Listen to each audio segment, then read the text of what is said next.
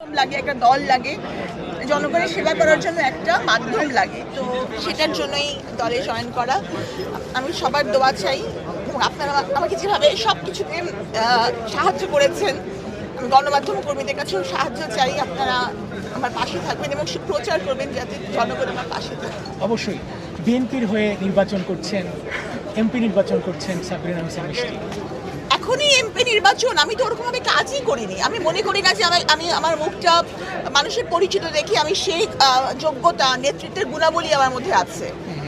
Long way to go. এখনই না, please আপনারা এই ধরনের হেডলাইন বা কিছু ব্যবহার করবেন না। আমি সেই যোগ্যই না এখন পর্যন্ত, আমাকে অনেক কাজ করতে হবে। এখনই এটা বলার মতন কিছুই মানে আমি মনে করি না কোনো উপযুক্ত পরিবেশ আছে। আমি জাস্ট কর্মী, এটাই, আর কিছু না। কার কাছ থেকে সিগন্যাল পাইছে? মানে দলের তো অনেক বড় বড় লোকজন আছে। আসলে এটা বলার মতো এখনো সময় আসেনি। আমি